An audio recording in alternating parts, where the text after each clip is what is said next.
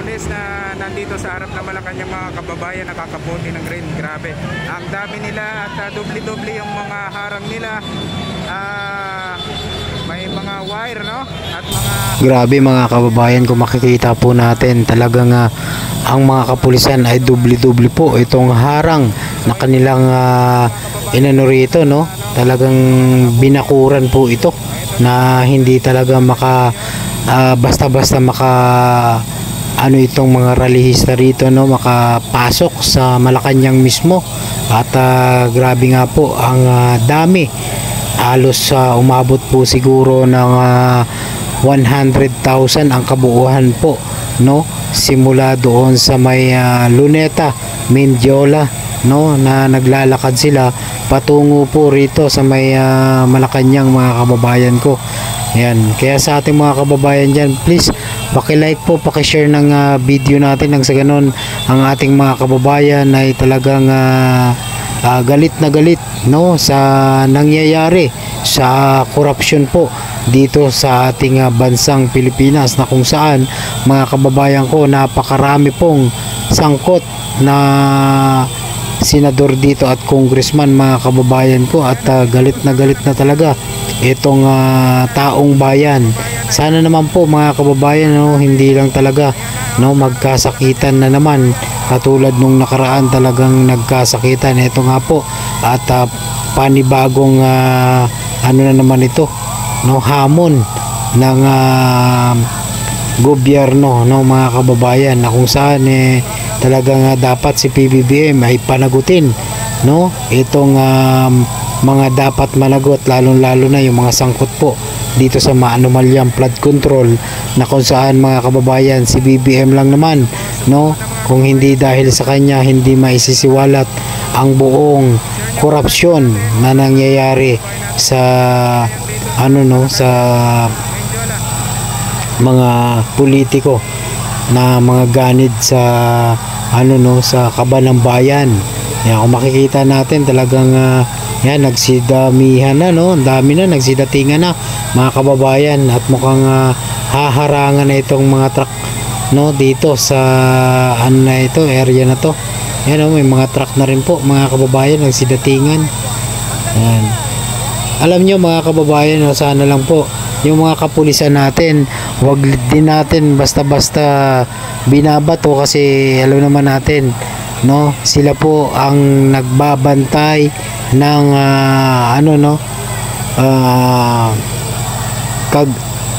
yung peaceful tayo, no, na walang kaguluhan mga kababayan, sapagkat ang mga pulis ginagampanan lang naman nila ang kanilang trabaho mga kababayan ko. Sana maunawaan din natin at huwag tayo basta-basta na ibinabato natin, no, itong ating mga kapulisan ng mga bato, lalo na yung mga nahuli na kung saan nagsisi sila tuloy dahil nga po sa kanilang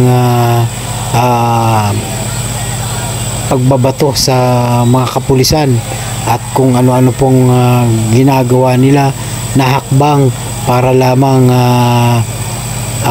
makapasok sila dito nga po sa gusto nilang gawin sa Malacanang mga kababayan ko. Yan, kaya sa mga kababayan po natin, no, sana po maging po tayo, matalino, Pilipino tayo, kapwa Pilipino, na sana magmahalan tayo, hindi dapat tayo nagsasakitan, dahil nga po ang kalaban natin dito yung korupsyon, no, yung mga sangkot ng mga senador at congressman na dapat managot dito sa mga maanumalya, no, at kumbaga talagang karapalan, no, na kanilang pangangamkam ng kaban ng bayan mga kababayan ko, no. Yan, pa-like po at pa-share ng ating video mga kababayan, at sana magtulong-tulong po tayo bilang isang Pilipino, na dapat po ay bantayan natin, no, at paniguraduhin po natin na dapat may managot sa dapat managot po, lalo na yung mga sangkot, no, at napangalanan dito, no, sa maanumalyang flood control na ito. Yan, kaya sa mga kababayan po natin, Yan, mag-ingat po tayo palagi at syempre sa ating mga manunood, mapa OFW, Emigrant, Luzon, Visayas at Mindanao. Yan, magandang panibagong araw na naman sa ating lahat at panibagong hamon na naman, no, ng mga Pilipino sa kanilang tinatahak na laban, no, at talagang sinisigaw po nila ang kanilang karapatan, no, mga kababayan. Lahat dapat tayo, no, sumigaw na sana matigil na itong korupsyon, no, mga kababayan ko, dahil napakaraming mga kababayan natin na nagdurusa, no, sa mga pagbaha, lalong-lalo na sa Bulacan, na kung saan ang dami pong mga kababayan natin na umiiyak, no, na lumubog ang kanilang mga kagamitan, bahay, no, at mga hanap buhay, lalong-lalo na sa ating mga magsasaka. Yan, kaya sa mga kababayan natin, yan, palike po at pa-share ng video na to, naway marami po ang makapanood nito at maging aral sa lahat, na sana, no, ay wag tayo basta-basta nagpapagamit, lalong-lalo na yung iilang mga grupo ay iiba ang kanilang hangarin, no, hindi yung peaceful, no, or panawagan sa kanilang karapatan, kundi manggulo, no. Yung iba kasi ang gusto dito karahasan, no, na para magkaroon ng gulo, mga kababayan. Bali-balita nga natin, mga kababayan, mukhang may nagkabayaran at may mga sangkot, no, na nag-utos dito nga po sa mga panggugulo nung nakaraan lamang, na marami po ang nahuli, at minor de edad pa talaga ang karamihan, mga kababayan.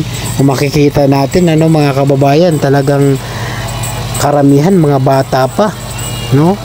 At hindi sila basta-basta magaganon. Biruin nyo, sinunog po yung isang trailer, di ba? Sinunog nila, talagang walang katakot-takot. Alam niyo, mga kababayan, kung walang mag-uutos at walang magpoprotekta, no, sa ganyang gawain, hindi lalakas ang loob niyan, mga kababayan ko. Kaya panigurado, mga kababayan,